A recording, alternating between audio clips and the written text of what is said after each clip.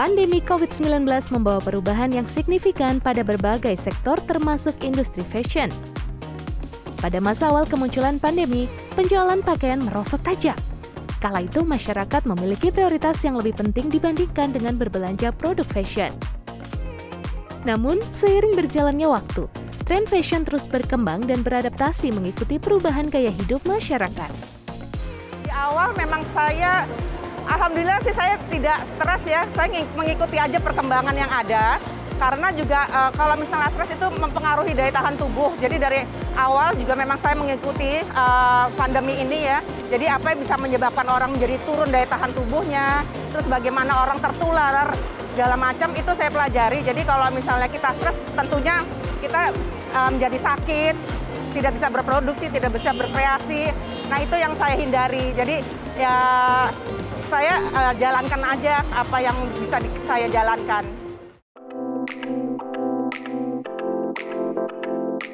Perubahan tren fashion harus segera ditangkap oleh para pelaku usaha. Mereka dituntut untuk terus menyesuaikan strategi bisnis, sehingga dapat beradaptasi mengikuti sekaligus menjawab kebutuhan tren yang sedang digemari oleh masyarakat. Untuk tahun 2021 ini, kami tetap berjalan dengan mencintai wasra Nusantara seperti yang saya buat. Seperti ini adalah kaftan pendek, bahan dari endek Bali, bisa dilihat seperti ini. Dengan saya berikan umbul-umbul aksesoris seperti ini, ya. Kemudian juga ini, kalau ini dari bahan Nusa Penida, dari bahan tenun Nusa Penida, ya. Terus ada juga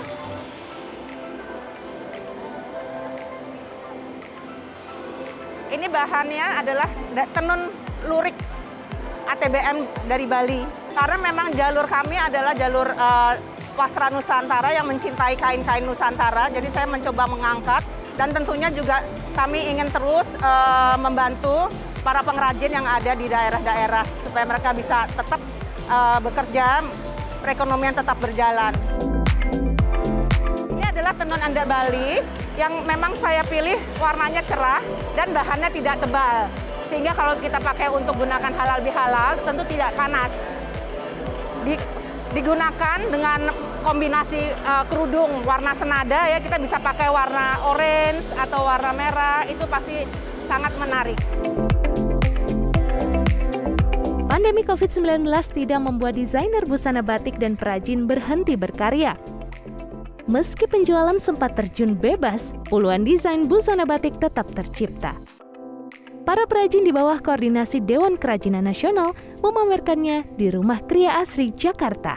Alhamdulillah sih kita 2 minggu pameran ini omsetnya cukup baik dan sangat memuaskan. Dan kita pun juga agak kaget sebagai pengurus tuh langsung, alhamdulillah ternyata itu ada pengaruh dan ada crowd yang baik dalam menghadapi COVID ini. Kita sebenarnya kalau saya bisa tampung ya dari perajin batik misalnya. Perajin batik itu kan sekian lama ini berusaha membuat masker kayak gitu ya.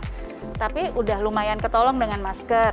Tapi kesininya setelah akhir tahun itu udah mulai bangkit nih para pembatik. Udah mulai banyak orderan, udah banyak kreasi-kreasi baru dia keluarkan para perajin itu. Kesininya ya, ke tahun dari akhir 2020, 2021 itu udah mulai membaik.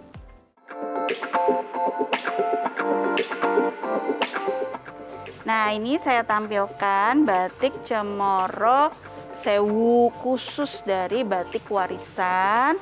Ini dari stand Sarinah.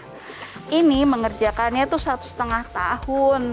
Nah, prosesnya menggunakan canting 0, di mana canting 0 itu maksudnya adalah canting yang terkecil banget ujungnya.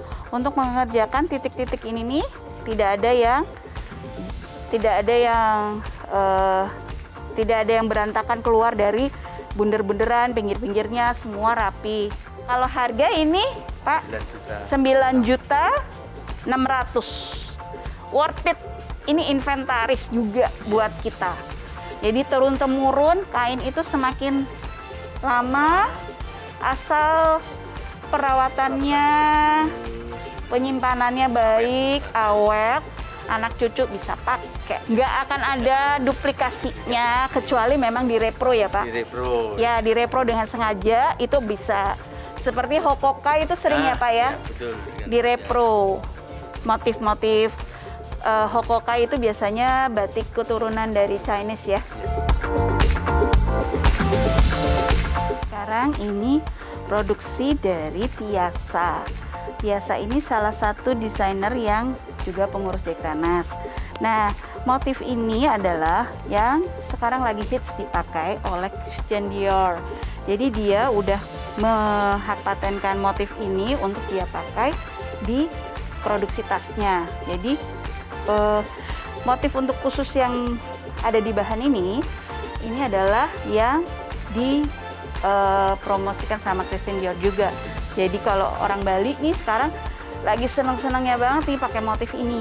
Jadi dia bangga bahwa motifnya sudah go internasional.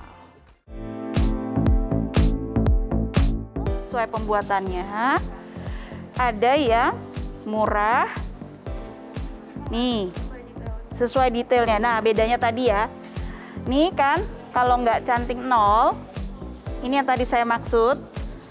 Ini kan ada tuh lebar-melebarnya, ada yang kotaknya tidak sama. Ini juga garis-garisnya. Nah, disitulah bedanya harga yang terjangkau dan tidak terjangkau. Maksudnya tuh mahal pembuatannya dari segi mutunya, kainnya. Kalau nggak salah nih ya, kain-kain ininya pun ada kelas-kelasnya. Ada yang premium, ada yang kain malamnya ini ada yang beda-beda. Itu yang membedakan harga-harga dari sehelai kain batik.